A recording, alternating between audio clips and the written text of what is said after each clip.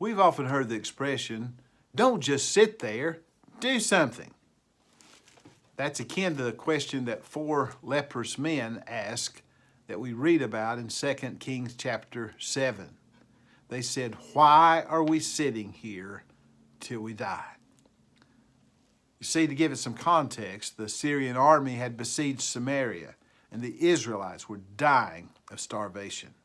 The 4 lepers weren't welcome in the city because of that loathsome disease. And even if they could sneak in, they would only starve. So they came up with this harebrained idea, if there ever was one. They would go to the enemy's camp and seek food. If they killed them, they'd be no worse off, for they were dying a torturous death. And even if they killed them, it would be a quick end to their suffering. But just maybe they would toss them a few scraps. To maintain the status quo was certain death. Listen to me. That will happen to a church. It's the sad script being written by many churches today.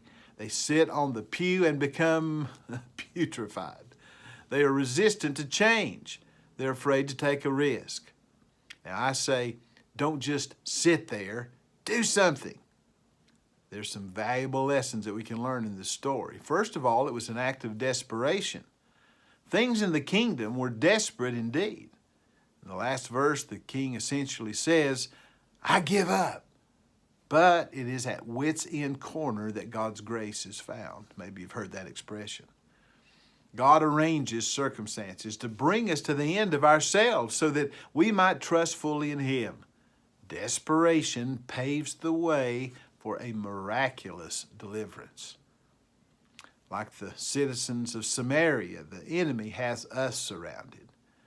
We've turned from conquering our foes to consuming our family. Think about how many churches spend their time cannibalizing each other rather than assaulting hell. There's a famine in the land, but not of food. It's a famine of the Word of God. God's preacher gets the blame. When sports teams start losing, what do? They fire the coach. What about the players?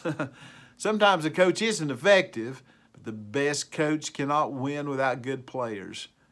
Here Elisha, the man of God, gets the fault. But it wasn't his fault. The team wasn't following the rule book. And many find it easier to point out a scapegoat than to plot out a solution. So, we see a story of desperation. But also there was an act of determination. It isn't enough to give up. We've got to get up. That is, we give up on our ideas and we get up and do the right thing. And too many people are sitting on the premises instead of standing on the promises. God can work in the direst circumstances and in the darkest hour, but our deliverance will not come from human methods, but requires heavenly might. Elisha was talking about a miracle here, but that miracle will come through when God's people get up and do something. God won't work apart from us. Never was there a stranger plan carried out by more unlikely people. They refused to just sit there.